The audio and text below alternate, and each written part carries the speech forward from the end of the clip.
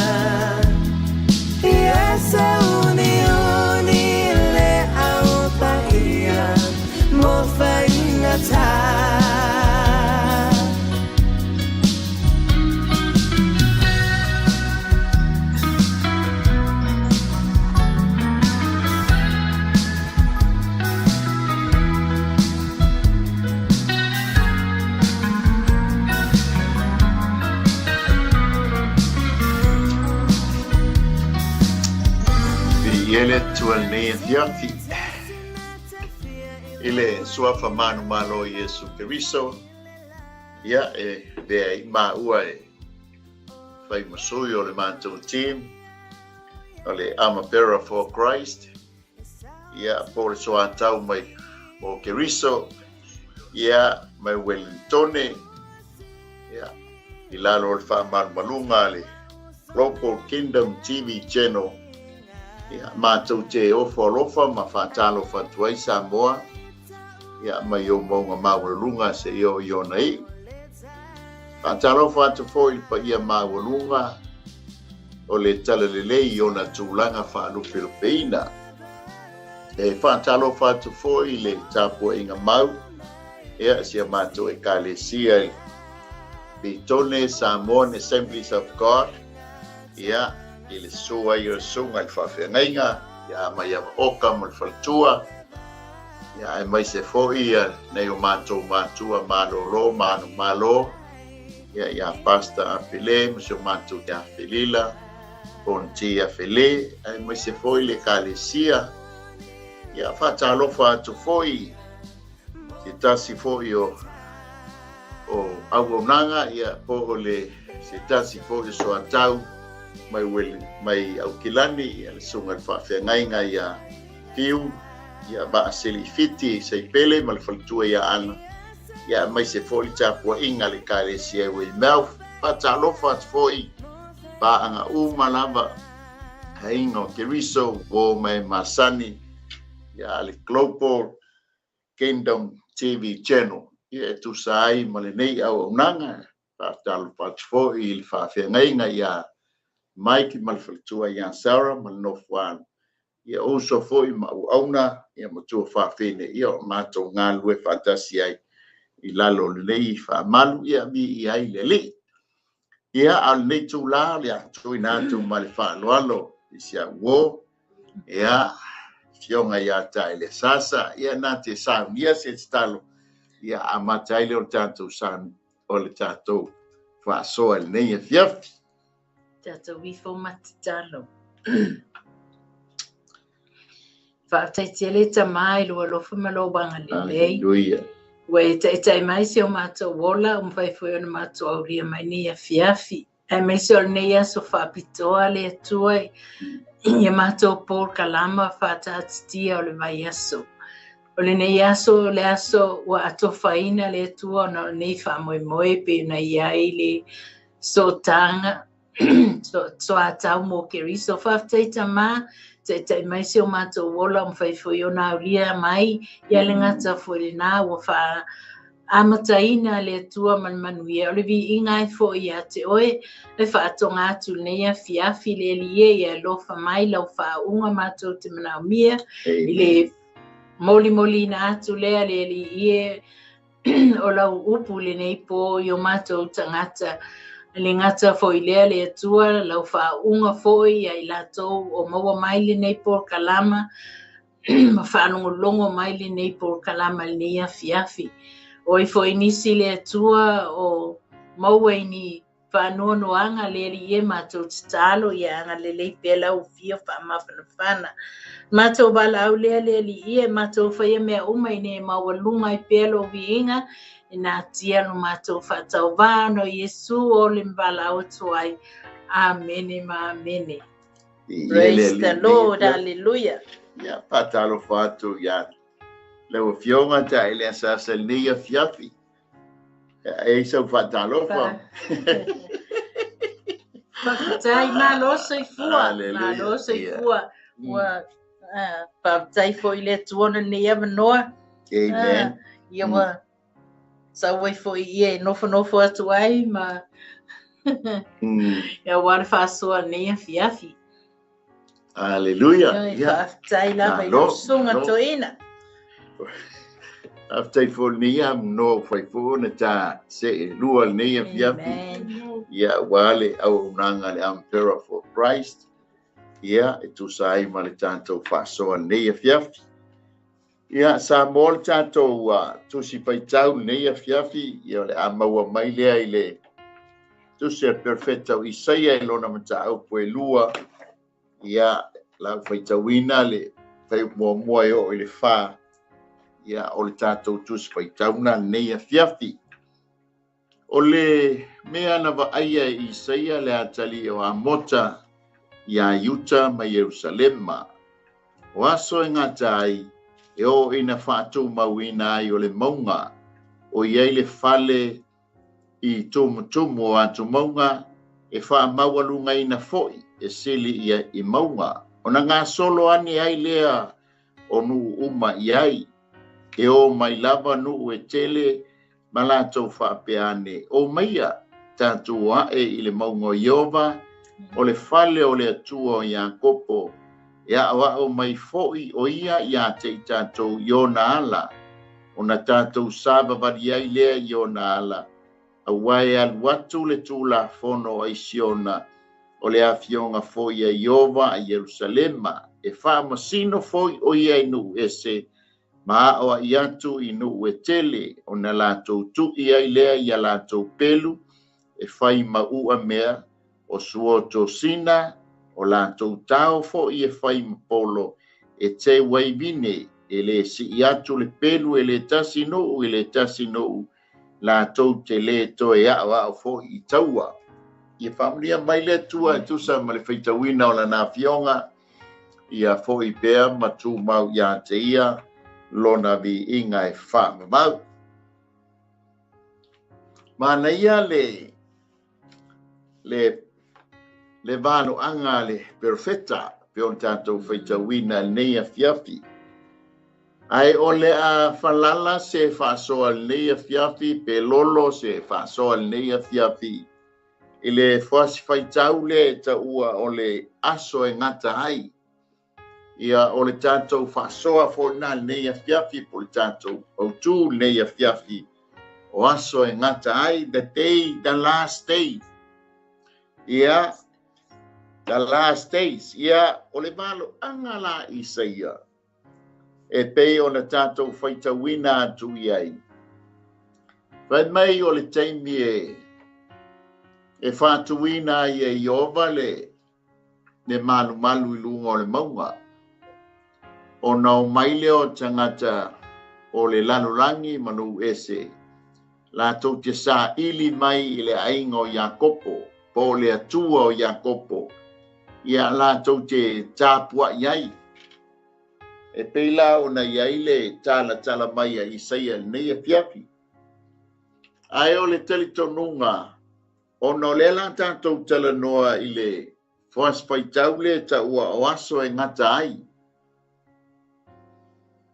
E tele foi fesili o tuina mai ma belo aso ia ile pero fetanga le a Isaia ona e yaini se wa onga matelitonunga wa fatau nuina i ona ponei ona o lo tala noa le maunga i le kalesia ia mataulia na mata le kalesia ina ua maliu Yesu Keriso ma soifua ie ma toe fo Yesu Keriso le langi ai ta pena ilo na au so o e momoli mai le kalesia ai e foi sia onga mai si o telitonunga fatoa fatau nuina i o ina ua fio mai Yesu i le lana malanga o i lona fio faalua mai ia mafatuina ai o le telitonunga fo i lea Israelu e iai le aso ma le taimi e toe fatuina ai le malu pe o le malu o Solomona o la fo ua ta pena iai latou tele i lopo le ale taimi ai peila ona talano atu sa mua le nei afiafi ma le au whaafonga. O le a falala se whaasoa le nei afiafi i le whaupunga le o aso e ngata ai. Ai ai la nai fesili e tolu, a me iena o nai fesili e tolu. Se o tātou mata i ai le nei afiafi. Ia po le a fosonga tāua ia te oe ma u le nei mai tau. O le fesili mua, o le ale winga o le tala perfeta, pe a lato tala noa mai e winga yaso e ngatai. O le fesili lona lua, o ana feana a matai yaso e ngatai. Ma le fesili lano na tolu. O ani whailonga o le ava aia i nei yaso e ngatai. So ne mai ai sau, so manatu le nei afiafi ia po sau pa afsidi. E longa se fasidi wanga o le patua amat. E so manatu ele tātou whasoa nei afiafi malo whaaloa. Whaftai atu lava i lau sunga e tu sai fo imali sa laino tamta upu nei afiafi. Bi ia le li e moni am whamaoni e fionga le atua. E awa o mai ati i tātou. Ai o aso e ngatai. Praise the Lord. E o mai e as whainta. Amen. O aso whapene iwa e te mana tua lava. Pea ta mawhau leo po aso ngatai. Ona tō te taia leo lo mawhau. E tō te taia lo mawhau i le amatanga mai. Ona te whaalongo mai e le nei upu o aso e ngatai, o aso e ngatai. Mai e lo tala i te ona te matua. O whapena, talifo sau foi talia Yesu Keriso fai malim faola. Ia, alaianga, tu sala o ta nofo nei la mato e faitau te la fionga le tua, mata mafau iai. I le saunga ngā umatu le au ngā tupulanga, ua mawai atu foi au na le tua mai latou, sa latou a oina le upo le tua, sa latou tufa mai, sa latou laungaina le upo le tua, sa latou whaia aungaina le upo le tua. E pise i, o lai, e sa ua le upo lea o aso e ngatai. Ia no whapelo, no na winga, pise i lo wa loa, i lau sunga. Pise i whoninga mai, o lai tala noa mai le pasifaitau le, ia hawa ia, o aso e ngatai, ia, o aso inga tai. Wa temino te talia i loa Yesu Keriso ve malima faola. O le winga lo tala. Tu sai le no folole le mo mafau fau tanga wa fika o ile tule o talia ne faultanga. Ia tu sa ole aso te talia ai Yesu Keriso ve malima faola. O ita o se tangata fo. Ele ngata o tangata fo. E le ngata fo i lea o la bea le ainga o le atua, bea ta ua o le ainga. Ta ua au se tasa le ainga whanau o le atua, amen, whaftai. E le ngata fo i lea, mai le taimi le nā. Ta te le toe, e le toe mana tua i Yesu, e le toe mana tua i Yesu no te taimi wa tea. Amen. Paua le mele wa focus lo i aita ite le taimi lea. O lo ta nga i lo i luma. o ita o le tangata fou leo o ia ke risa o ina wata maua ke risa. Se le mana ia ia na lua ia le se ia o mai ala i le taimi le nei. Le te whaalongo ai. Amen. Le te whaalongo ai o aso ngatai. E isi foi taimi ata moli mau atu i tangata e winga whaalutanga ma le lata ma le maaso ngatai. E whemai no whaalongo ai nā tala i aso. No whaalongo ai nā whaupunga i aso ia. Ia. No whaalongo ai nā aso whemai o aso ngatai. Ale wa matutua ia. Ale ai te whaalongo ai. Ma lole whaasoa. Pie tai tala whapena ia le manatu ne fiafia. Te mawhauwhau i le upu lea o aso e ngata ai. Lea o mai a le taimi nei. Ia alale i o ai le taimi e whaamuta ai le whasiwhaitau lea o aso e ngata ai. So o le winga o lau tala i le taimi na e tali ai e su ke riso e whai mali i ma whaoi. Da e whaalongo i lole le whaupunga lea o aso e ngata ai. Ngata ai, yes. Amen. Ia lea la ua whai le whaolaunga au auna ma au auna sa o awina ma launga ina le upule na vai tau taimi ngā nai te lai titi po ngai ke seko. O lea la ua whai i langi whaolaunga au auna na mamolia mai le whaupunga lea. Yes. O longo winga o le na umai i aso o au auna ua ngata i o la to waso. A le folau mai ai whaupunga ia le wo o mai taimi o whailo ainga o whailau whanau au nai ta mafo ia sao au ina le upu mwhaia o ngai ina le upu le o whai wa ngata o la to waso. Au le whaawau mai a le whaupunga le waso e ngatai. E fōlinga mai, e pēla o lau tala, e fōlinga mai e tala noa mai le aso e ngatai, ia au, ia ma oe, ia e mai se fōi lau whaafonga, au wai le iloa e oe mau, o le ale aso ma le teimi, e ngatai o waso. Amen. O mai le tūla ma le teimi e ngatai lo waso ma lo waso, o e tā pena i le teimi lea. Amen. Mafuanga foi lena uyo mai ele upule na vai tau o tau laiti. Ia le fe wo o mai a. Le agua mabai au ngata maia. O au na le atua. Wa ngata o lanto waso. Alai sa ta pena. Amen. Ai o mai la le taimi ne. Ia wau te le iloa ia. O ma au pule ale taimi ngata i waso mo waso. O le mea ta ua le nga mai i. O le taime o mai le ngata o tanto waso, au e tā pena. Au alfa punga ia leo le aso e ngata e whai pēa. Se vanga ngā ua tā le taime o le atua, o na whatu a ngata lo leo o lana whaapunga po le upu lana upu, o aso e ngata ai. Ai tū mai la ia te oe ma, e tā ua la ia te oe ma, e tā pena i tā ua. E tā pena i fwoi lau whaafonga. E pēla o na iei le tātou ma tā au pure nei e whiawhi. O le soso e ina o le tuspa ia. E whaata tau i nei wa ainga. Ua maua ai le tele o upumoni. Ma tātou ma whau lo loto ai lea. O tātou sa i lia le tali mai le upua le atua. I whesili nei. Pēlanga iei le whesili mua.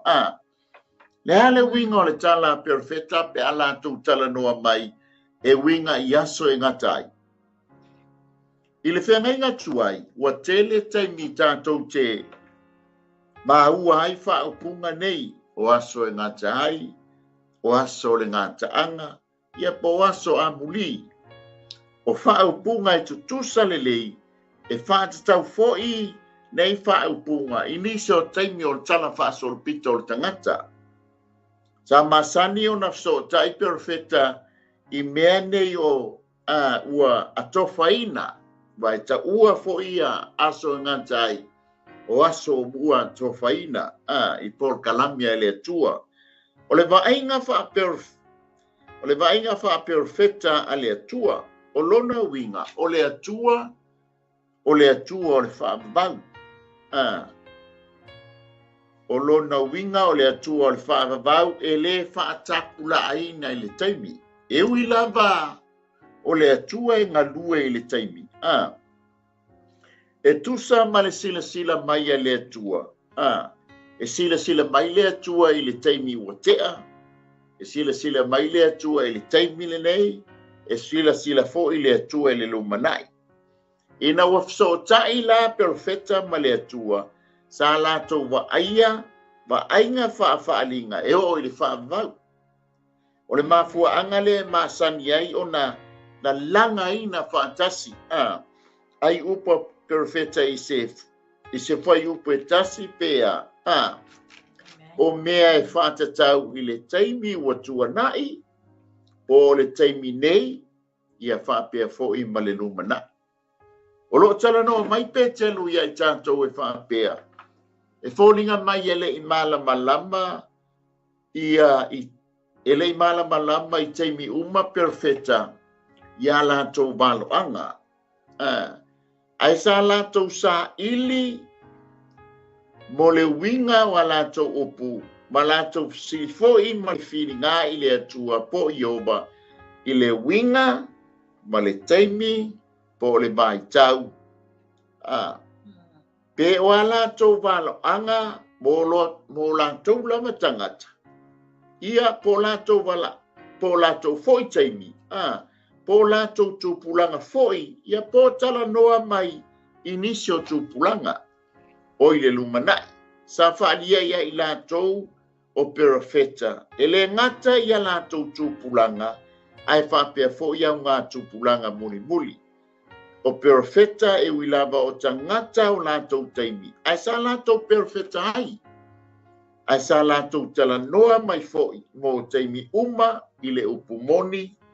O le upumoni lea mo lea taimi, mo taimi uma. O upumoni o lea taimi o so se au ngā tūpulanga.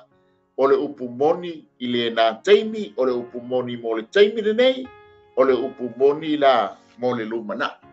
Ale lauka mo e whaitau le mua pe telu le mua. E whaatatau ia i le tala lea perfecta. E a lātou tala noa mai i le iaso e ngata ai. Asu whaatali se i te whaikau. O le mua le pe telu mua. Pai upe se fulu ma le ore suma le lua. O le ola tanga.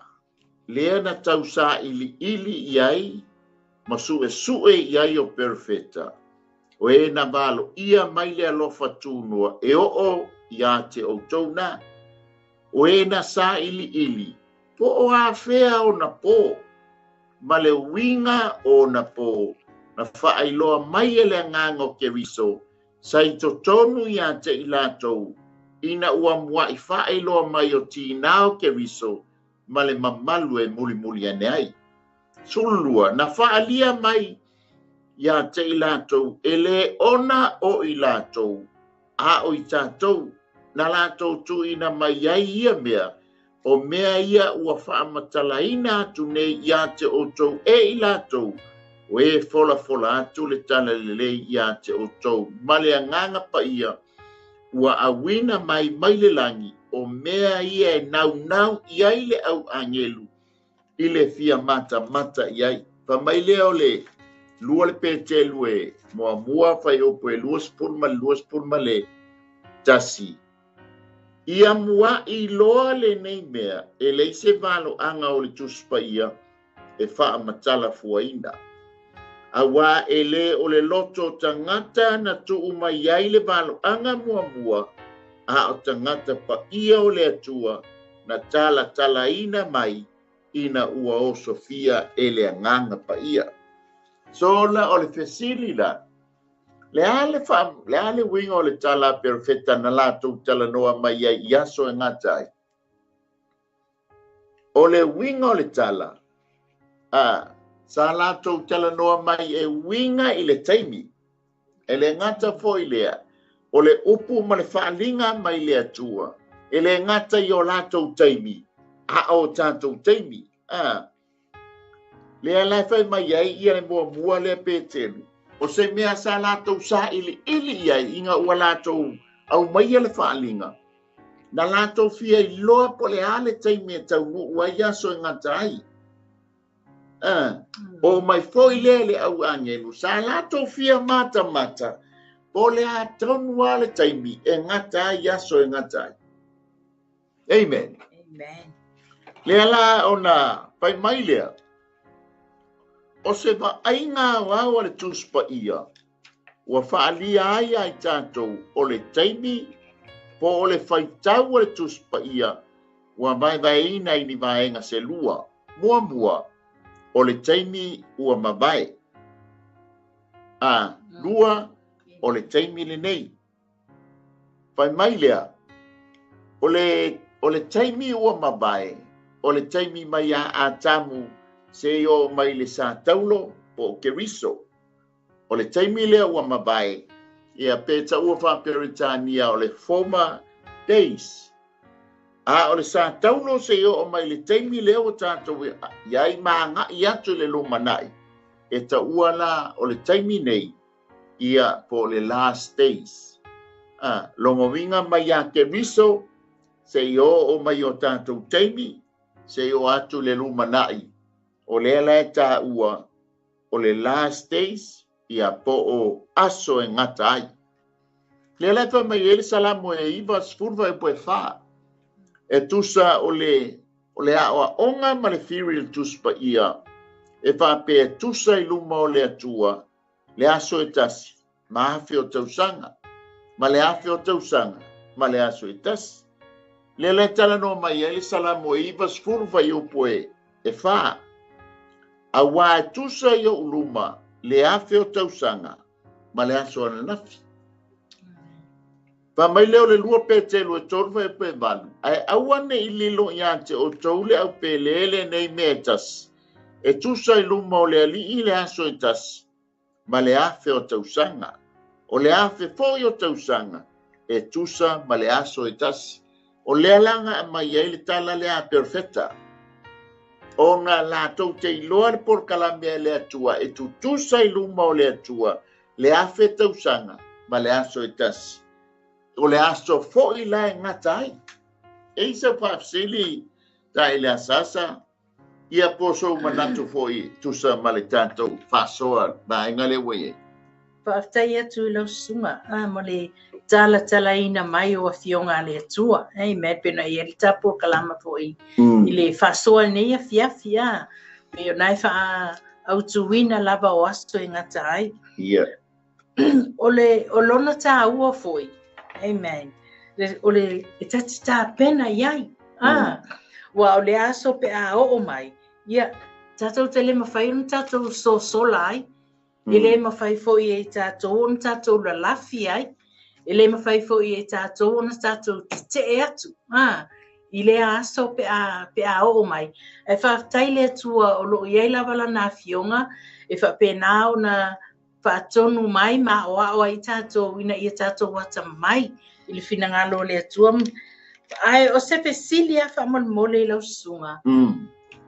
Te lona ua mai atu ai le i alu loa le tama le tanoanga nefia. O te fia pesili atua papia. E mawhai ana e toe tala mai lava le whaitau le na i le salamo ia ma le apostolo Petero. E tusa i luma o le atua. Le aso i tasi ma le afe o tausanga. O por kalame o haftea mo le whawhisi. A tonu foi e tau tala i le winga o tala perfecta. Ai mai se foi tu se salamo le ta ua mai e. Ia ma le lua petelu e toru foi poe man. O le fina ngalo a le atua. E tātou te le suia foi le fina ngalo le atua. Al por kalame a le atua. I le amatanga. E pei o le whainga o le foafoanga. E ono aso na whai e le foafoanga pe ngalue ai le atua. O na malolo le tasi. O le talitonunga fo i lea le tuspa ia. E leise miliona te usanga. O le porkalame la maaso atofa le atua. I le fitu o aso le vai aso. I le porkalame li tangata. E fitu wafe te usanga. Tasi le aso, ai pe e afe te usanga i li tangata. Au luma lau le atua. E tutusa, le insaule, e tutusa le aso e tasi. Ma le afe o te usanga. E a mai sina illustration le titi po sina tala. Ina ua fina ngalo le atua o le au ese le nu. Mai e kopito. Pa mai lole o le atua ia Mose. Mose o le masina le neo apipa. Ia whaima unua i masina i ante o tau tausanga. Ia whalongo le mai. O le aso se fulu. Ia au mai ai li tamai ma moe tasi lona tausanga. O le ma moe poa. O le ma moe le lei. Ngai tango le tausi to tono lo ai nga yaso e fa. O le aso se fulu ma le fa o apipa. O na fasi le o le mamoe. O le porkalame le ale atua e fa aso. O le porkalame anga ile tangata. Ma le tala fa solo pito le tangata. Tusa mai a atamu e o mai a Yesu Keriso. E fa afe tausanga. Ma tauria o le paseka e whaatatau i a Keriso. Lea lana whai e o lana le porkalame whaatatia mai lea le atua. Lea la ia e tutusa i luma o le atua le aso e tasi ma le afe tausanga. Mai la i a Keriso se i o mai le teimile nei. Lea tātou te iei e lua afe tausanga. O na whaapopo whaatasi lea. O na ono afe lea tausanga. O na totoe ai leo le tausanga e tasi. Pei la lega whae mai, nanga lue mai le atua yaso i ono. O na totoe leo, no le aso fitu, ma lolo a.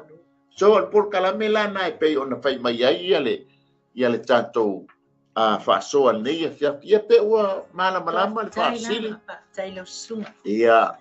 O le ale winga o le tala perfeta, ina wala tau tala noa e winga i aso e ngatai. O aso e ngatai, o lona winga o aso nei o lo tātou wola ai. E ui lava sa lātou wabalo i o lātou waso ma taimi. Ai sa lātou wa aia le fuaina o tātou waso ma taimi. O le winga le nei o le tala perfeta e winga i aso e ngatai. O lo tala no mai i le taimi le nei. Ona le vai mai. Mai a tabu e o mai le santaulo o le taimi o tea. Mai le santaulo po Keriso e o mai le taimi le nei. E ta ua o le taimi nei po le last days ia po o aso e ngata ai. Ia le li la tata ua le silo na lua. Ua manie lau sili. Ia, whaatai la me lau sunga, toina. Hallelujah. E leo si toe inga. Hallelujah. O le fesili lona lua. E ki kama e lau da. Ya, guapulora kama e lau da fesili. O le fesili lona lua. O ana fea na mata ai aso e ngata ai. Amen. O ana fea na mata ai aso e ngata ai. O le whaftai mo le tātou fesili lona lua. A le lau tango e whaitau atu le e peru mua, whai mua e o le lua. Ia atonu e tali ai lau fesili. Mai le e pelu mua, whai mua e o le lua. O le atua, na feta lai mai ana mua i o tātou tamā. E le au perfeta. Na awa wai mai i tonga fiti ese. Usanga le menga e pe telu le tau nā mai o le upulea. O le upulea. Sa tatanu le, ia inisi sa pamaina tatanu I mo meo I tonu o le samimate. Ia o isi sa I tonu o fang ele, ia ma ngai tonu vai papa I maunga. O ngolea, inga ia o mai, o le winga leo le tala. Na wa wai mai I tonga fiti ese. ua fetalai mai o ia ia i tātou i nei aso e ngata ai e lona alo. Lona winga la, leu kau a matanga vala mai tali lau siri. O le ua tofia e ia e fai mea uma lava mona tofi. Na ia fai fo e ia mea uma, o ia o le pupula, o lona mamalu, fai bui. O i le ngata fai upe lua. Le ngata pea, o le ua tofia e ia e fai mea uma lava mona tofi. Na ia fai fo e ia mea uma. O lo tala noa iai. O lo tala noa i lona halo. Amen. O lea ua wha mautuina mai e Peteru. Ia le upumoni e whapea o aso e ngatai na amata i le taimi na fio mai a Iesu Keriso i lona fio whaalua mai. Amen. O i foi lea ua vai ai e le tustala. Ini taimi, o i tustala le taimi. Le o aso e ngatai, i ne vaenga se lua.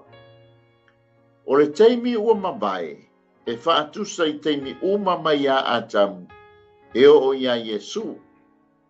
O aso e ngatai, e tala noa mai i taimi uma talu o na fio mai Yesu lo na fio mai mua, e o atu le taimi o lo na fio whaalua mai. E whaitawina foi, i au ngā tūpulanga na whananau mai i taimi o aso e ngata ai. Na tala noa mai foi i al perfeta. E winga i taimi wha mesia o taimi e whaatatau i a Keriso malana e kalesia. O lo tātou wola i nei i aso nei. So ele ngata la le o tātou tala noa i aso e ngata ai. A le foi fai mai lau perfeta ma tusta o i ma Peteru. O lo tala noa mai a Iesu Keriso, ele taimi o Iesu Keriso, malana e kalesia. So le la tātou te iai, ele taimi o le kalesia. Amen. Ia pe isa whaafsili, po so manatu. Ne tu sela o aso nei e ngatai. Pe ona taua. Tu sa o aso nei leo tātou te iai. Tātou te o lai. Ale la ofisili a fa mole. O fifisili. Ia, o ofisili. Mai e sina fa malama anga e winga. Ia. Iau ngā tupulanga. Amen. Tupulanga, mau ngā tupulanga. Whaaftai, whaafsili. Ono le sau i le tātou, tala mai. E tala noa foi le, e tala noa mai foi ia le au perfeta, i au ngā tupulanga. Amen. O le tala tuspa ia tusa malau whaafsili. E a fua mai ia mo meo tupulanga ia, a per amo se o ia ta vita. E se fulu ma le wha ia tupulanga. Mai ia ta vita ina ua o mai le taimi le ta whianga i Papelania. E se fulu ma le wha tupulanga. Mai ia ina ua fo i le ta whianga se ia o mai i le maliu ia Iesu Keriso. E se fulu ma le wha tupulanga. A le fai mai ia le tātou wha soa nei a fiafi. E whāta tau fōi i au ngā tūpulanga na whānanau mai i nei aso e ngata ai. Amen. Nonga winga la mai a Keriso se io o mai o tātou taimi. O au ngā tūpulanga fōi la i eli tali tonu ngā tuspa ia e se furu ma le whā fōi au ngā tūpulanga. O le tali tonunga fōi lea le au skola. Mai la tau nawa wina le tuspa ia. Mai le taimi o Iesu Keriso se ia o mai taimi nei. Ua iei le tali tonunga o le tūpulanga muri nei tātou iei. O le mafua anga foi leo le lātou tala. E wha mao ninga, e wha mao nia le tala ale au skola. I mea ia sa tutupu le taimi o Iesu i tutonu o Yerusalema.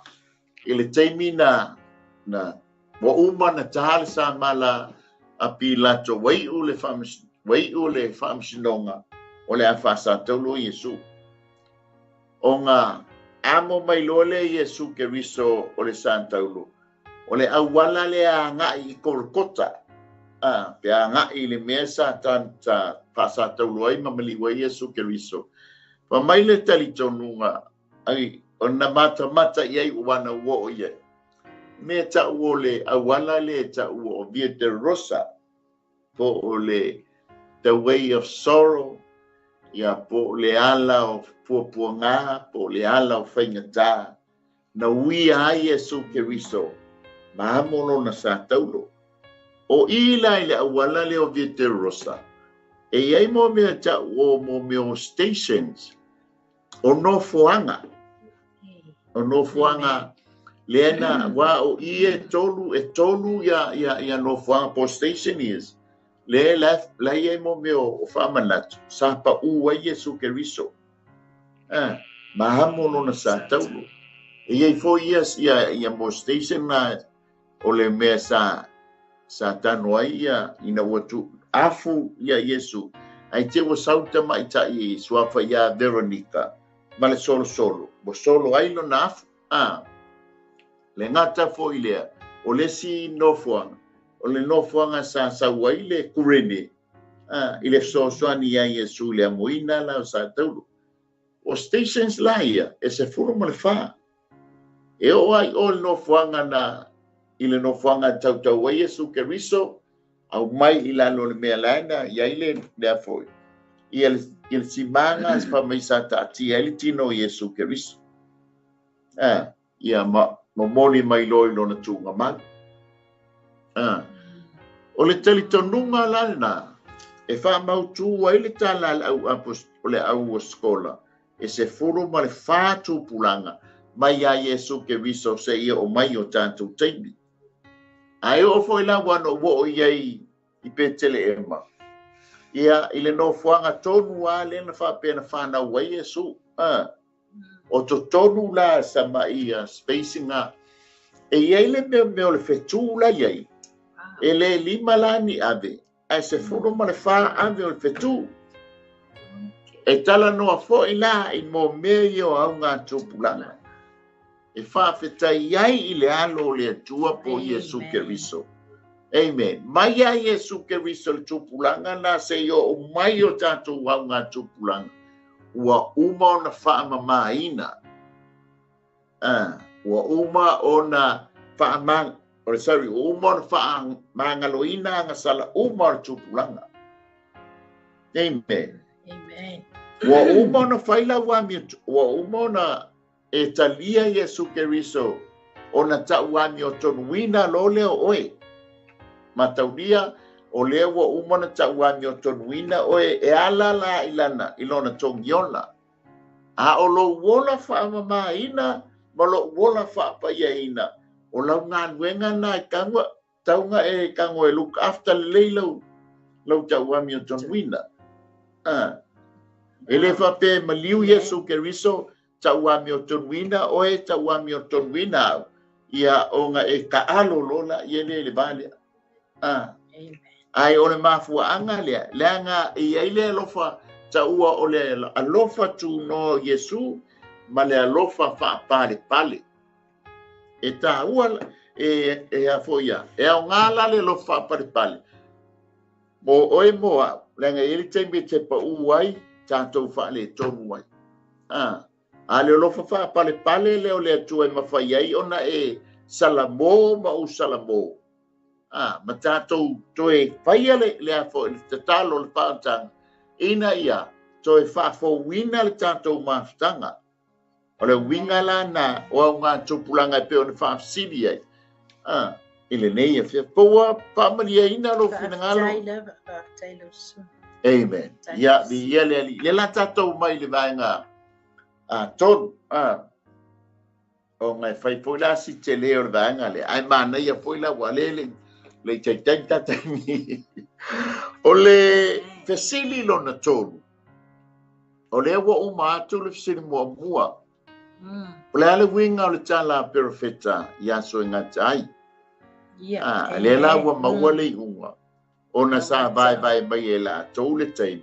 o le taimi mai a aper a moe o ia ke riso le taimi watea. Ia mai le sa tau le oa ngai lumanai o le taimi le nei. Le a pau umanta tala no o ana fea. Na whaatau nui na ai le aso ngatai. Na whaatau nui na ina uafio mai le alo o le atua. Amen. O Yesu ke riso o ingana a mata mai ai. Le a foi lau a tātou o mai sili lona tolu. O a nisi o ni whaalinga. O a nisi o whaailonga. E wa aia yaso e ngatai. Whailonga. E so manatu po so whaasili so Mana yalis carry on. Okay. A mawhau I mauta I tasi e wha sino I whaailonga yaso e ngatai. Wa tātou wa aia ai e pei e whalala atu I ni baenga se lua. E tātou tele I o atu le saiblea. Mataulia o le tala Yesu ke riso ina ua fesili au so o ia. Le aso e te fio mai ai. O hani whailonga mātou te iloa ai lau teimi. E wha mai Yesu ke riso. E tau te iloa whailonga. Ai tau te le iloa le teimi ma le ituwaso. O le patino ngā le tamaa. Le alawa tātou o mai whailonga. O whailonga. E whailoa ia te oe mā. Ia le tūlanga le wa o iai vai tau leu tātou iai. Ona e malama lama lea ma mātou malama lama. I le taimi tonu lea ua tātou iai e pei ona tala noa mai le tuspa ia. E pei fo ona tala noa mai perfecta o Isaia. Pa mai lea. O e falala atu I ni vaenga se lua. Ia aso ia e ngatai. O po whailonga. Mua. O le vaenga e le. A o lesi o vaenga le. Po le whaau punga whawhaingo fie. O ngā yoinga le malamalama. Ma ngā yoinga le pōngisa. Amen. Ia o lo whaalia fo I le tuspa ia. Ia ni vai tafe whaaperofetanga se lua. O lo tafe mai tutonu o tuspa ia atoa. E winga I le fio mai o le alii. Tātou te mai ta wina ai nisi o nei valo anga te tele. I le tu le lei. Ma le tu whaale lei. Ua whaalia ai le au tu o le malamalama. Ma le pōngisa. Po ngā yoinga le malo le ti apolo. Ia po ngā yoinga o le malo le malamalama. O le malamalama ma le pōngisa lea. E o whaatasi. Pe tutusa I tala whaasolo pito o le tangata. Pe ilana o na whai mai ai le. Le lau tango I whai tawatu. Ia le kenese lea mua. Whai upue mua. E o le lima. Tala fo ilea whai mai. Ua so ona nunomi le lalulangi ma ua ngau. O na whengau yo iai lea o le nganga o le atua. Ma ua mawai le malamalama ma le pōriuri. O na tu ese ina lea I le atua. O le malamalama ua ta ua o le au. Ma le pōriuri ua ta ua I le pō. So o ngā yoinga a le malamalama. Ma le ngā yoinga a le pōriuri. E whamele isa ia e ono sifurwhai mua e o uri. I le lua. I lau kango e toke atu lea ngai. O le Isaia le e ono sifurwhai mua e o le lua. I kuairo. Tula ia I nā malamalama. A wā wo mailo malamalama. Wālua e fo I le pupula o Iova I o lunga. A wā whaauta mai. E ufitia le lalolangi le pōliuli. E ufitia fo I nuu le pōngisa. Aia fioa e Iova I o lunga. Ma le pupula o Iova. E ali mai lea I o lunga. o le isaia le mua oi ia e ngata le fai upo e lua a wai whaauta mai e ufitia lanolangi le pouliuli e ufitia fo inu i le pongisa ai a fioa e Iova i aununga ma le pupula o Iova e ali mai fo i lea i aununga e o mai no ese lo malama e tupu fo i o mai i la tau le pupula o lo walwai lea la pe ona iai ia le ta psidi la lea lo le tonu le isaia le ona sfulu fai opue e mua ma le lua ona tau mai lo le la vai vaenga ia lua o vaenga i le tu le ma le vaenga i le tu le po ngai o inga le malama ma ngai o inga le po misa ma taulia le wa tatou ia i taimi o aso ngatai le fa mai ia Paulo ia Tesalonia o lo ngalue nei lava le mea lilo le ami o le anga ona se ia ve seina le o lo fa le pelambe la tatou foi tau i le tuspa ia la tala noa mai ai le tu o ngā luenga a le ami o le anga le ngalue le mea lilo amen e faali mai se taimi le taimi nei langa ile mfai ona faali mai nanga o le ia ile nganga pa ia ma le kalesia o le abal tamai mamoi fai mai lea o le vaenga mua o aso ngatai ile tu le negative ile tu le po le leanga o le atato wa ai le leanga o le malo satani iaso ngatai ia po le faailoa mai o le malo le pongisa iaso nei tatou te iai o le maumua e te maua i oile lua Timoteo e tolu fai upu mua i o i le vanu lua Timoteo e tolu fai upu mua i o i le vanu ka maile o le lua Timoteo e tolu fai upu mua i o le vanu ai ia e iloa e oile nei mea o aso e ngata hai e o mai ai aso whaina tā. A wai a bea tangata mai alo lofa i lātou ia i lātou.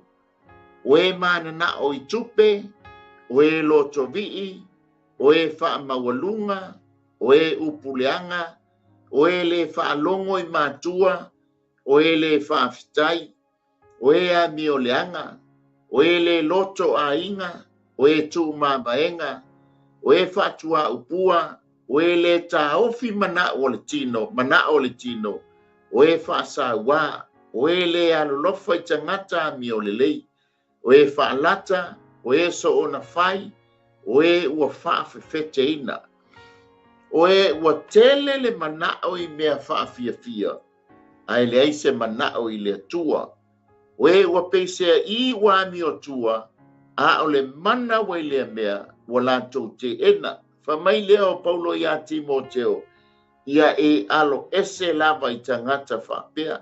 E iai fo inisio e watu i whale ma an wha tangata o taua fine vale lea. Wa mawhatia i anga sala o e ua tai e se ina e tu ina nau ese.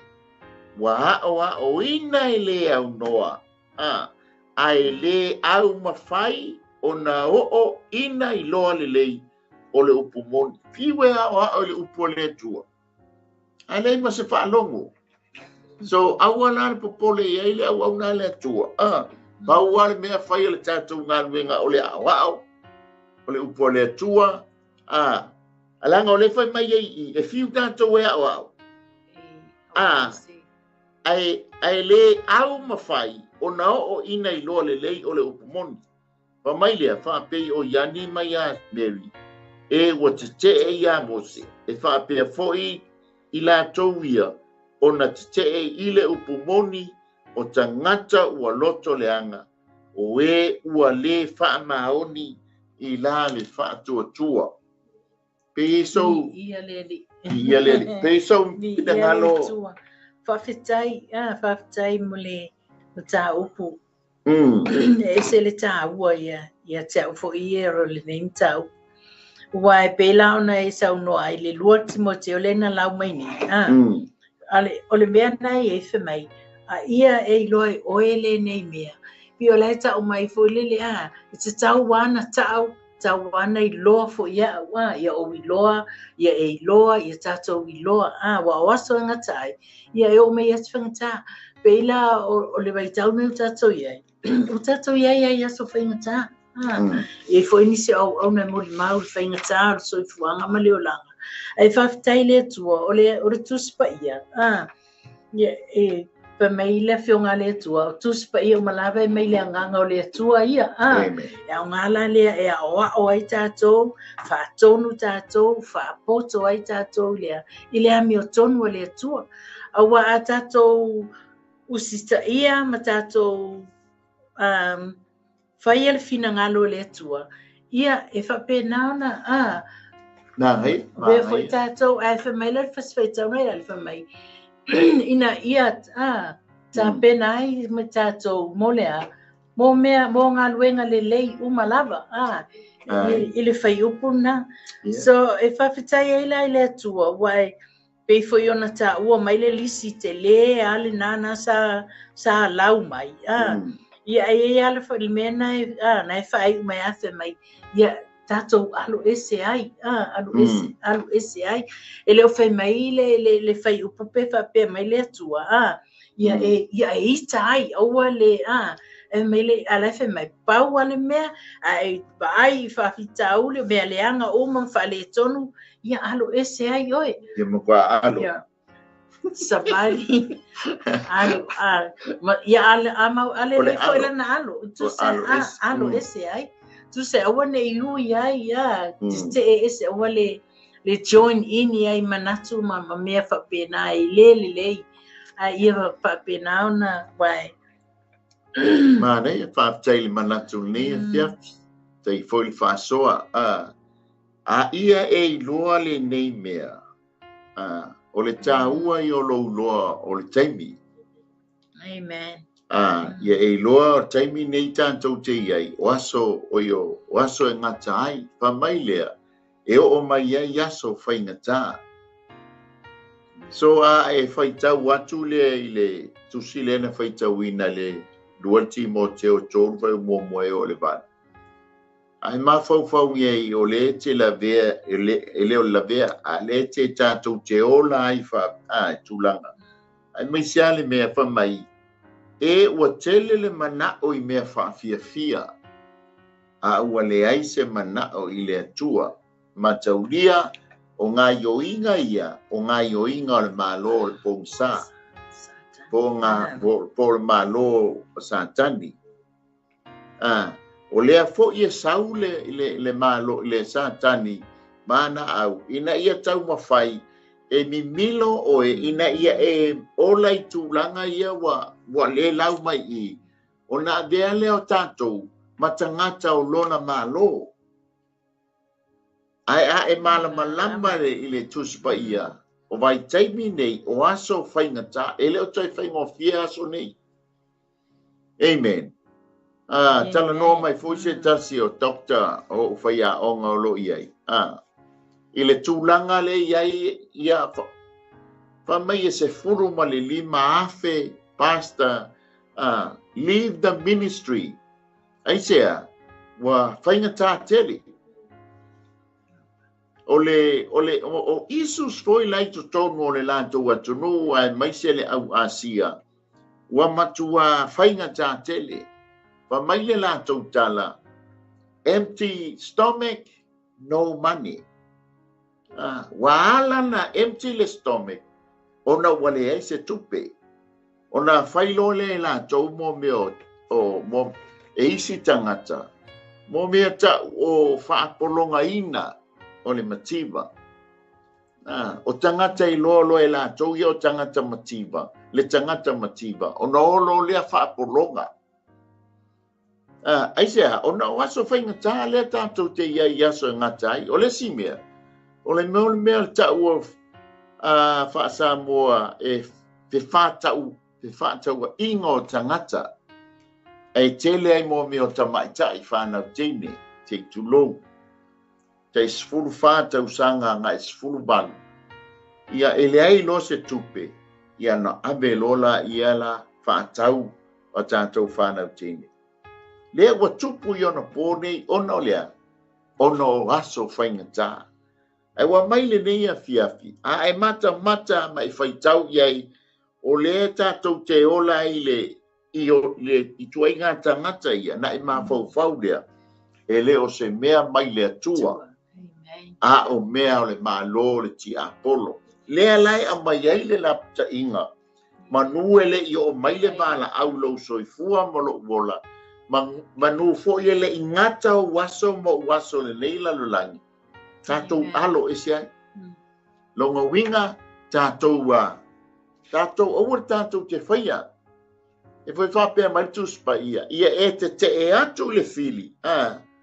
O na sola e se ai leo le fili ia te oe. Ia e nau I le atua. A e te e le fili. O na sola leo le fili. A ua tātou te oe e wha mau popo le fili. O le maulo na lua. O le Timoteo ngā e wha, mua Timoteo e wha, whai o mua e o le wha, wha mai, o loo tau tino mai e le anganga, e o ese nisi le wha tua I tau sanga a muli. La tau te wha alongo I anganga e wha se ai ngom ta upo te moni, ona o le pepelo tangata tala pepelo, o e ua wha muina o la tau lava loto fua te ifo le ua mea asa.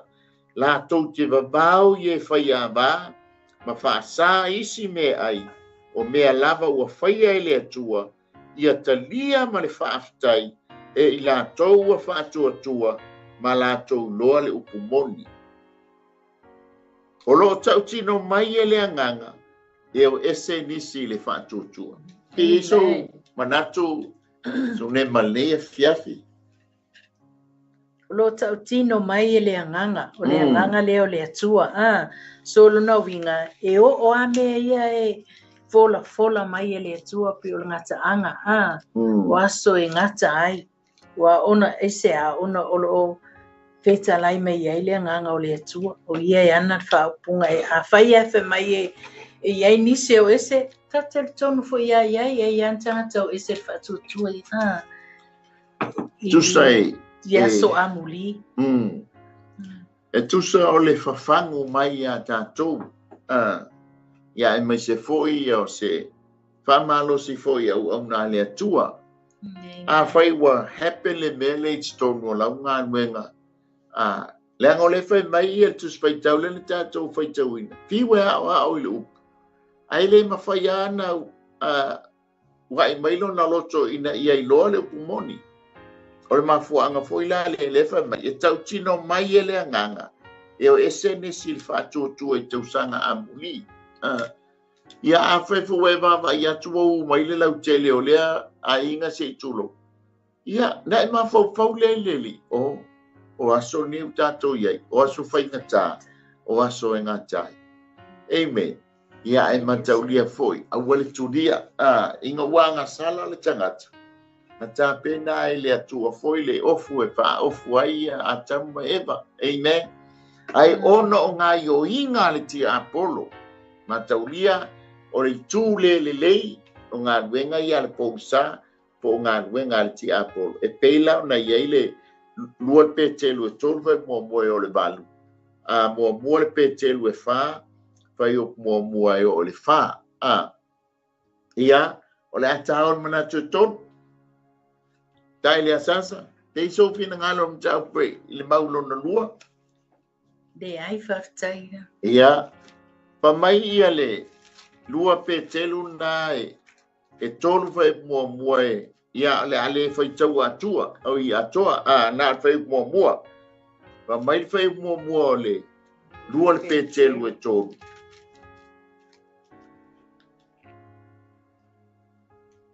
Le au pele, o te tusi atu ia te o tau lene tusi e lua. O ia tusi, o te wha ma whana atu ai o tau loto, wha ma oni I lo'o whaamanatu atu. Oso mai lo leo whai upule tolu. Ua mua o nei lo le nei mea. E o mai I aso e ngatai. O e tau wemu. La tau te sāba bali e tusa. Ma o la tau lava tu ina nau. E whapea fo I la tau. O I whea o iei upu na fola ina mai lo na fio mai. A wā taru na mamoe, o le au ngāta mā, ua tūtū mau pēr o mea umalava, talu o na whato a whaia. Ia ai eso taiminga e tangole whai tau, ia le mta whai upuna mua, e o le whai upa suma lua. O le vai taimi leo tātou iei, o le mea o le au tau wemu. Wha mai foi lesi, la tau te sāva bali, e tusa mo lātou lava tu ina nau. O le e whai atua le upo le atua. Ia ai tau wem e pei fōre whai mai ia le. Tala tuspa ia o na aso nei o le atali o le tangata. Ua wha peia o na pōnoa. Fiwano e pōno atu le whau le waa. Ai tau wem ua. Pei so manatu le tau po i le maule lona tolu.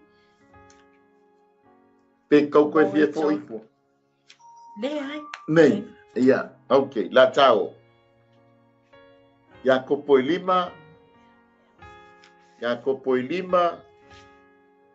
fai upue tolu. Fa mai le Iakopo I lima, fai upue tolu. Ua e lea o tau ofu. Ia, o tau auro. Maario. Ua e lea o tau aulo maario. E fai fo I ma mori mau ia te o tau o la tau ele. E aina ai o tau tino e pei o seafi ua o tau whaputu mea I ona aso e ngata ai. Amen. So tasi la ia whailonga I le tū lei po ngā ioinga po ngsa. Ai pei o le tala noa mai le whaitau lea e le taimi e tasi e le tupe. O le plan le lalolangi. Ia tasi le tupe. E run ai le lalolangi. O por kalame ia a le pongsa. Pe o lauta ua le tala paulo ia te Salonia. O lo ngalue nei lava le mea lilo le ami o le anga. Tasi la ia ngā ioinga le pongsa. Le la fai mai ia le Iakopo le lima fai po tolu. Ua leo tau aulo. O lo tala noa I mea tau ngata. E le tau ngofie le aulo. Sile le tau ngata. Fai mai maario o ario lo tala noa I momi o tupe ia siliva. Coins. Ia longa winga tau ngofie o mea tau ngata ma mea tau ngofie. E fai fo I ma mori mau ia te o tau. E ma naia le mori mau o le anganga pa ia tātou. Ma ngaia le mori mau o le walefa mai ia le tala tuspa ia e tolu mori mau I le lalurangi. O le vai, ma le toto, ma le anganga. O lo tala no I le toto Iesu Keriso na whaamalingiina.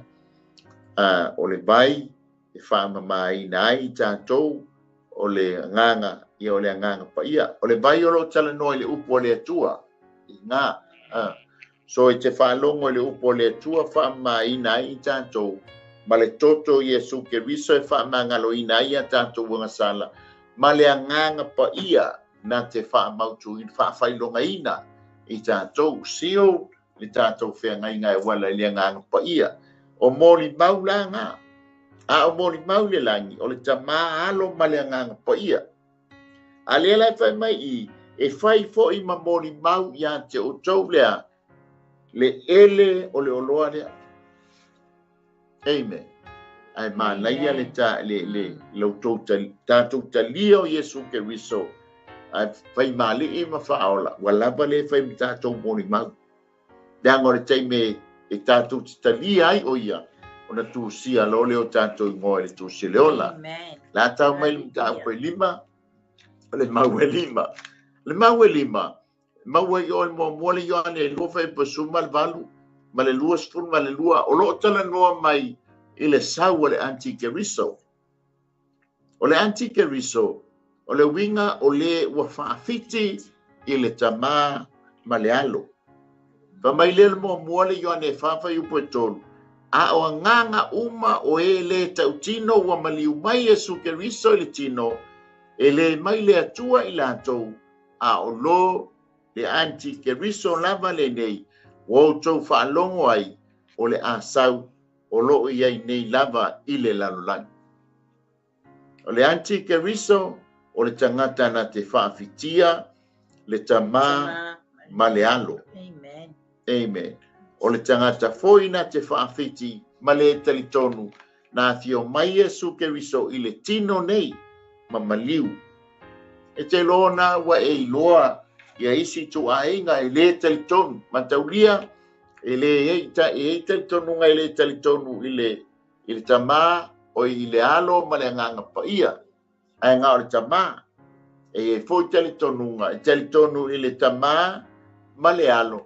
Ai makua lipi ale nganga pa ia, po le ta fatolu le o le atua.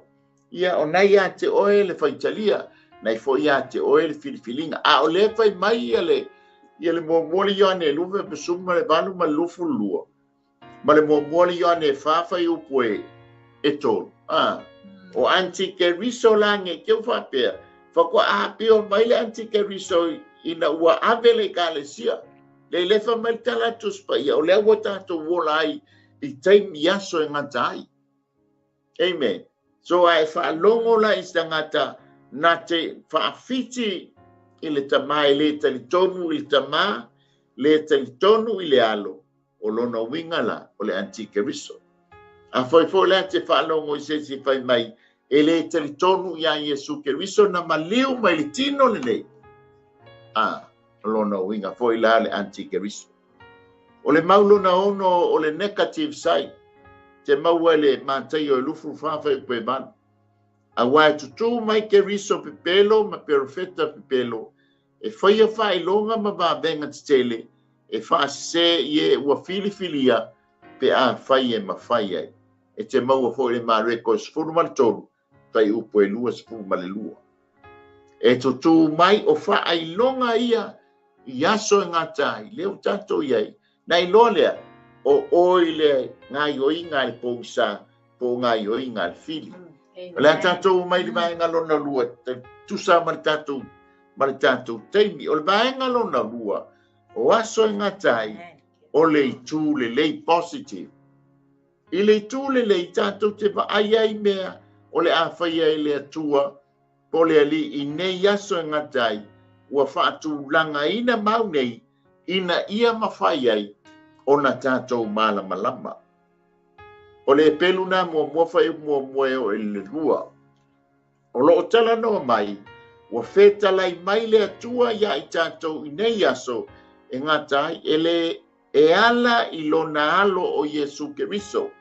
O le nei mea na sili atu na waaia i evangalia e wha, o le ulua ia fio mai o Yesu Keriso i le nei lalolani.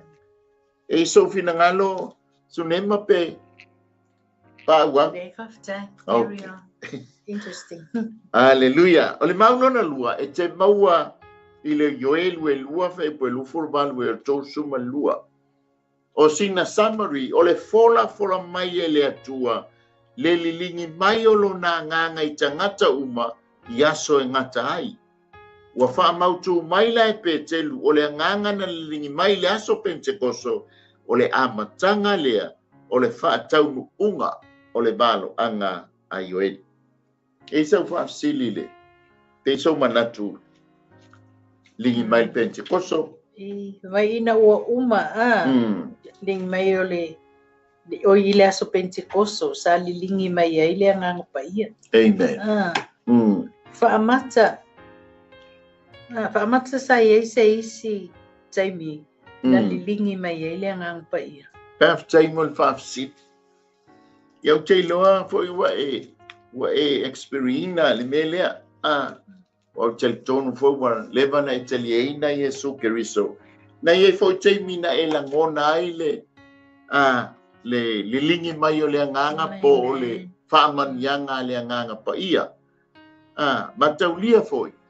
o le nga lue le ngang pa ia mai ale taimi na fio mai ele il Pentecostal tenga inga tuai o le ala nga lue le ngang pa ia o mai lava i tiaso nga tai e tele foi la ia mo meo o sauninga tātou ke la ngona ai le fio mai o le ngang pa ia ai tu sa malau whaafsili e iai le taimi o le 1901 i le 1906 tasiiva o tasi i le tasiiva o ono na iai le mafutanga tamaiti a onga iai le teletonunga o tamaiti a onga le metisi na fai leo le latou assignment inga walu le latou fai a onga le tolu wasu e no nofo ai e sa ili ile tua ile mele ta o le tautala i ngana ese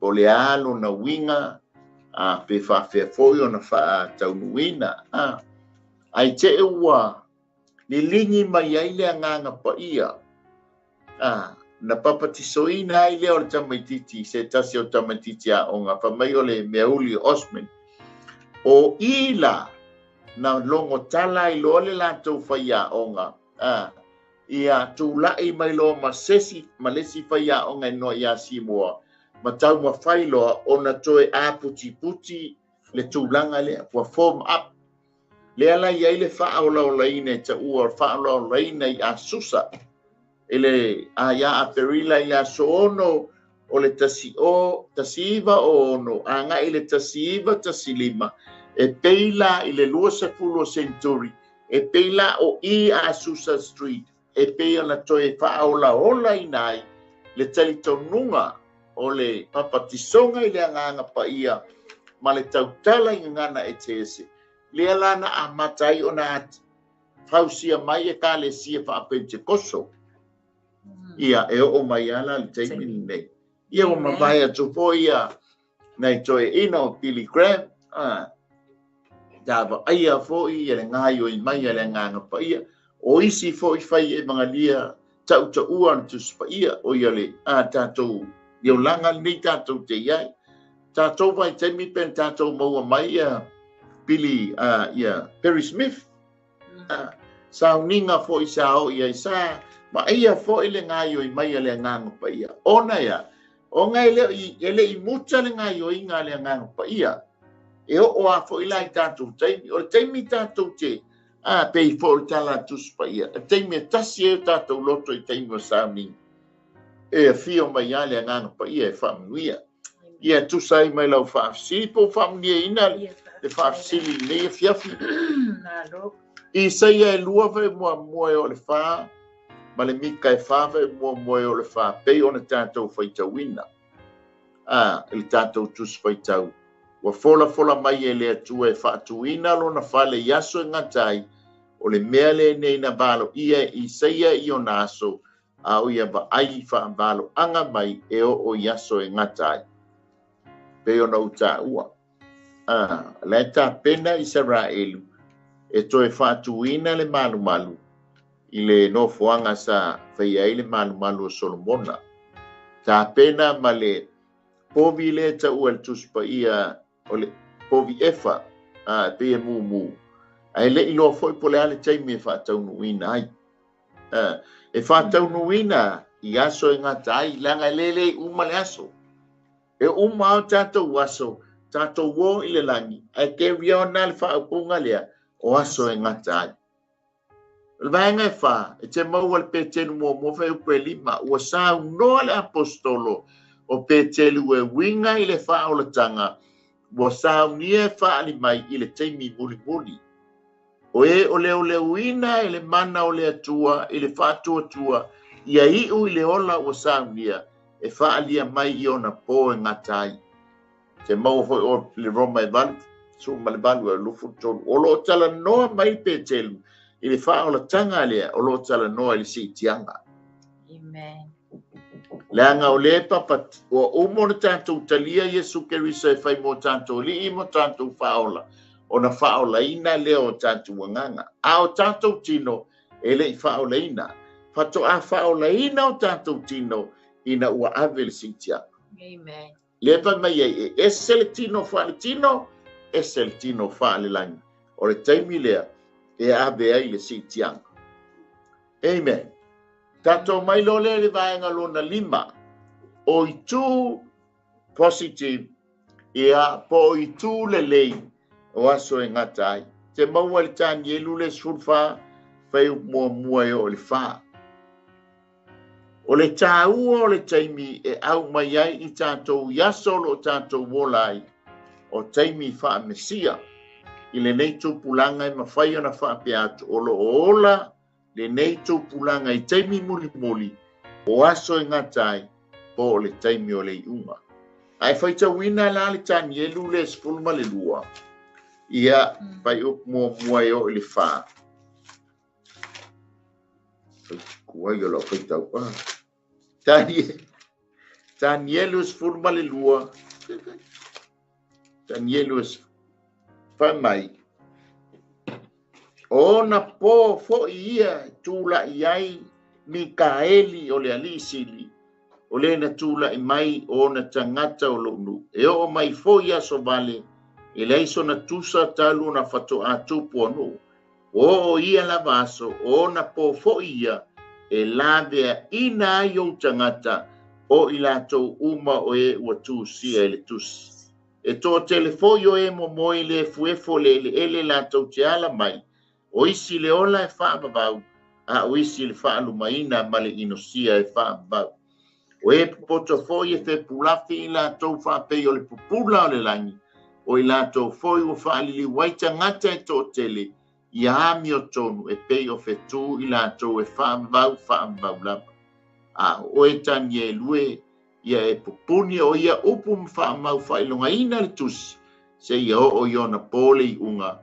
E fetau fetu ia i tangata e tō tele, e tupu tele fo i le malapala. Ia pei sau whaasoa. Da o sina whaapopo a po se soan fo i le tae. Le tusina tani elu. Amen. Ata tō mawhau iai. Oli pia la le vai fai puna e lua fe mai. Tō telefoi o e momoi le fuefu. O le ele. E la tau te ala mai o isi le ola e whaababau. Ia o isi le whaalumaina ma le inisia e whaababau. Whaftai e le fionga le tua ata tau whaitaula e ma tawai atu ai. Amen. E tatou te whioti uma, tatou te whioti. A tatou se me tu mai ai, tatou te whioti, tatou te alae, o le ola e whaababau, ia po se oli. Whaababau, e le whaapea ai whaababau a se ori whaapena fui leo lai whaababau. Ai whe mai o e popoto foi. E whe pulafi o lātou, i lātou whaapei o le pupula o le langi. Beautiful, sen mana ia, pe au tātou ringa pe folinga mai o e popoto e le o ta ua whaapeo se poto whalaulangi. Au e popoto wa latou alo ese. Pe wa latou alo ese mai le leanga, le peo meia tatou whaasoa ai le o tūle, le lei mai tūle lei. O nā lai whaatusa, i lo o ama whau. Vai peo e popoto i latou, ngā la whamai e wa aila le mānai o latou whaeaina, whamai e popula i lātou, whaapei, e popula i lātou whaapei o popula o le langi.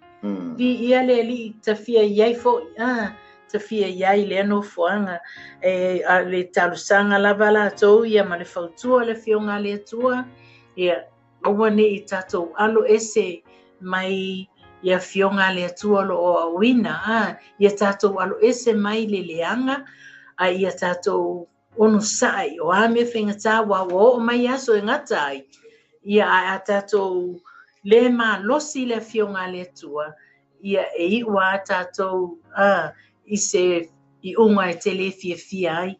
E whaftai le tua pe whi ona tā ua le taimi o mawai. O loa o ngai o a i e whaatonu, e whaapoto. Rai I tātou le ami o tonu o le tua. E vi ia le ali. Malo pon paso. O te le... te manau I te lo ta ainga. Te manata whanau o ta ainga. Ia o umele o le whaavau. Ia tātou whaia le finangalo le tua. Le fia mai fo I le tua. Whaamanuia ia tātou. Whaftai le avanoa. Whamaia le e lawe ina I o tangata o I lātou uma o e watu si e le tusi. Le tusi, amen, yes. O whamonianga, a whamoni tusi leola, po le tusi fo le tamai mamoe. O whamonianga la o I lātou e tusi e le tusi leola. Lātou te ala mai I leola e whaambau, pe ona e tala no mai ni fiafi. Ele ala mai o ile whaanumaina mai inusia. Langa o lewa umana tusi o lātou ngō le tusi o leola. Nei te whapea mai. O le ala le teimi e tusi eilo ngō le tusi o leola po le tusi e ta mai māmoe. O le teimi e te tali ai e suke miso. E whai male e ma whaola. O na tusi a lo lea o lo ngō le tusi o leola po le tusi e ta mai māmoe. O le tusi la lea. Lea le whapea mai whalinga. Ia lātou o e watusi o lātou ngō le tusi leola. A wai leo o ia te lātou leo ti whaalua. O leo ti whaalua o leo ti o lo wanganga te o te moro tino. A lea lai whai mai I. Lātou ti ala mai I leola e whaamau lona lua. E whe pulafi lātou e whapei o le pupula o le langi. O lo tala noa o e pupoto. Ma ngai e whoi la lau o tangata pupoto e alo esei. I tuina nau o le tino, tuina nau o le afoi. O mata, ma le whaalielia baile o leia. Leile o langa, wala fo I whai mai. Lenga lau mai le afoi, le lua timo teo. Alo ese. Amen. A le lai whai mai, o e lai popoto I, o lo tala noa le tangatana te maua le nganga. Amen. Wa o le maua le nganga. O ia leo le tangata poto. O taimi foi la le e te tua I lumo le tua tusa mana pofuanga. O na mawai leo lo pale. Le peo na iei masani ali tātou por kalame. Alu e tau Yesu se tas a whaolaina. O na mawai, o na leo leo e matangata poto. Le wha pe pulafi e pei o le langi. O na ya fe pulafi ai a fe tu o lo pale. Wha mai foi, wha pei o le pupula o le langi. Ia lona lua. O I lātou e fo I whaali waitanga te tō tele I ami o tonu. E pei o whetū. E pei o whetū I lātou. Nga whamai leo lea fo I whaalinga. Tani elu. Ia e pupuni. Pupuni ia upu. Longa winga le tala noi upu le malo anga. Ma wha mau whailunga ina le tusi. Na matala noi fo por kalame le. Mai aso ne te nei. O le teimi tonu leo Daniel, wa malus fultan, po wa ivas fulu ya soi fu o Daniel. Wa mai baila le toina, fa mai lole angel, ia puni loa ia up. Le ngata ile, fa mau fa ilonga lole ma le tusi. Tu e lole ma le sio. A le tusi e fa linga, na va aia ia Yohane le tusi lea, ile a ao le ti e ile no foali. Ma iei le angelu malosi o lai whaila na tala inga. Wai e ta tau o na fofola le e ia le tusi ma ta tala i o na wha mau whailong. E wha mai e leises. E leise tasi le langi. E leise tasi lalo I le lalo langi. E lei fo se tasi lalo I fo le o le lalo langi. O na tangi lole o le apostolo. O na wa, wale maua se tasi. Ai te ua popo atu se tasi ala auto ina. Ya Ioane, aue te tani. Wa manu malo le leona o le itu a inga o yuta. O le a o tāvita. Na te fofola I le tusi. Ma tatala wha mau whailonga. E wha mau nia ai le atua. E tonu ana por kalame mana fuafuanga. Langa I te tau o na tau wia. Ia sa tani mana au. e te tau foi na tau wia oe e te nofo i le nofo alii o le tamai mamoe te lua nofo tupu Amen. ma Keriso i lona nofo ali e te tau lan te tala le tusi ma te tala wha mau whailonga ina ia whaasalaina le fili ai manu malo o e ma pe atatou talia Iesu Keriso e whai mali i mwhao pa mai lea o le o perfetanga e taua the last days prophecy po o perfetanga muli o aso e ngatai lewa pe mai e tau fetuli tangata e tō tele an increase of speed o lo talanoa i le televavi o le taimi maaso i aso e ngatai lua e tupu telefo i le malama an increase of knowledge o lo talanoa i le tupu tele o le malama tupu tele le atamai, tupu tele le poto, o le lalolangi, ona ua tātou ia i aso e ngatai, o whailonga ia, o aso e ngatai te malamalama ai mo u malamalama ai, i teimi lea ua tātou iai, ona e tā pena ai lea, ma o tā pena ai. O le mau muli, o le mātai o e lufu whawhai po tau suma lua, fa mai Yesu i ona so ina ufesili, le ale taimi le ale asu, le ale whailonga i te fio mai e, taimi te saua. I o tau mai tau lia le whaata oto le mati pe a whato atu tupu o na tātupu. Ma matala mai o na lau, tau te ilo ai wala talata le tau sanga me vela. O aso e ngatai, o aso le utanto iai, o aso le tau sanga me vela. Langa leu a fitu sfulma le ono le matua o Israelu. Ua 5 fitu tausanga o Israelu talu ona tu vai te tono Yerusalema o le ai o Yehova o Yerusalema. Tala foi le ata a le atua ia Solomona. O le a o fatu mawina se tu ainga ia te oe. Ona wai, ona o lo ta mau ta vita ma le ai o Yerusalema.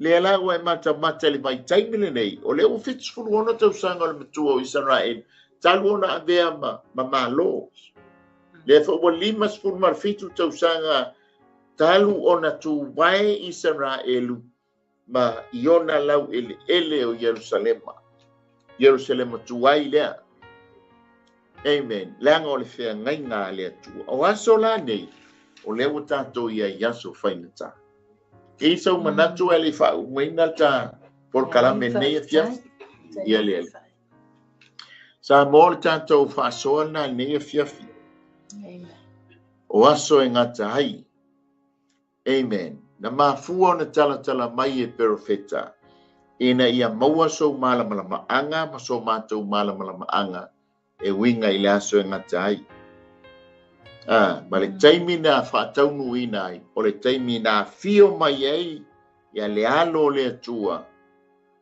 ina ia whaia se le lenga, mo oe, mo wau le tangata angasala. Le lai o mai lewa, peo na tā ua, whai ilangi fo launga, ngai tama sa moli maia, le tuspa ia, mahawa uina, o mātou fo i tangata ia mai tau. Ua ngata lo lātou waso. A lea e wha wawa le wha upunga lea waso e ngata. E lei leo le taimi e lei loa fo i lei tu waso e ngata. Na o lea tua, na te sila fia le taimi e ngata ai lana por kalame mana fuafuanga. Ai wa mai ia te oe mau e te tāpena ai. Le fo wa uma o na lau atu mau ele ngata i ngā luenga le poulioli o le whala be lambe lau tau fetulinga. Tau whala be lau e fo ile mātou tau fetulinga. Ai o le tu o le malamalama i te malamalama ai e wha maoni le atua i ana folanga. E wha maoni fo ile upua le atua le e fia. E le mawhai ona e sao i langi. Pe a le italiaina Iesu Keriso e vea mali i mawhaola. Langa o le whai mai ai tu se Daniel. E tō tele o e mo moe le fuefu la tau te ala mai. O isi le ola e wha mamau, a o isi le inosia ma le wha anu maina. Amen. E te anu la i le ola e wha mamau, ona ua e talia Iesu Keriso e whai mali e ma wha aora. e whaalumaina pe ai ala mai ma e o i le malaia, ona wa i le taliaina Iesu Keriso e whai mali i ma whaau. O mafia fia e whai le talo le fia fia o le talo le whaau la tanga, e te talia ai Iesu Keriso e whai mou wali i mou whaola, sa ma whai a foi. Amen. Le anga o le tangata lea po le alo leo le atua, o le tātou auala i le ola e whaavavau. Amen. Tātou te le o i le ola e whaavavau, ona o le tele o tātou ngā luenga e whai, e le o le tele o tātou tupe, e le o le talitonunga ni lotu, ma le talitonunga tāpua inga, ai o le alo le atua nā fio mai, ma maliu lunga le sa taulo ma tānu mia ma toi tū mai, ina ia tātou le lei ma lona tama o le atua le. Ai whai ngō fia no mu tātou talia o ia, o na tātou uru whale lea i ona manuia. Nā ma fia whai le talo, e whātai tai mai upo le nei talo, o le talo lea o le whaoratanga, e te talia ina ai Iesu Keriso, e whai mou wali i mou whaola. Whātai tele lava Iesu i lau upu, Whaafitai tele lava Iesu i lau upu. wa o ilo ai, Wa o i loa ai. o a ua le tangata angasala. O a o tangata asa. Ai te tala atu lo loto i a te oi Iesu, Ai te tala atu loto e a te o Iesu. ia whai ai oi, Ia whai ai oi. mo walii mo u whaola. Mau wali i mau whaola. Whaafitai tele Iesu, Whaafitai tele Iesu. i lo talia ina wa u, I lo talia ina wa. ma whaamangolo ina u angasala u malaba, Ma whaamangalo ina wang sala umala. ma avea ia u, Ma vea ia o se tasi o lo au ai ngai le langi. se tasi o lo au ai ngai. Ia vi ia la ma oi Iesu, Ia bi ia lava o Iesu. amene ma amene. Amen ma. Kanga pa ia e wa sila fia, Hallelujah. lo wa tali, lo wa fine, wana talia ina o Iesu e ala le whai o le talo o le whaolutanga. E talia ina ai o e whai mo na li i mo na whaola. Ma tu talo e whaamanuia ia te ia, whaamalolo ia te ia, e lasi au awala e te awhio ane ai, ia ma whaamala malama i lona whinangalo au a whionga tama. Oi fo i se tasi o na whaia le nei talo, ua malepe le lua whengainga, ma tu talo, ina ia toe whaafowina le lua whengainga, toe ati na e se tae au fau, mo oe malo Keriso, ua lata mai. Whaafitai Iesu, po ia te oe le vi inga, ono oe Iesu. Amene ma amene.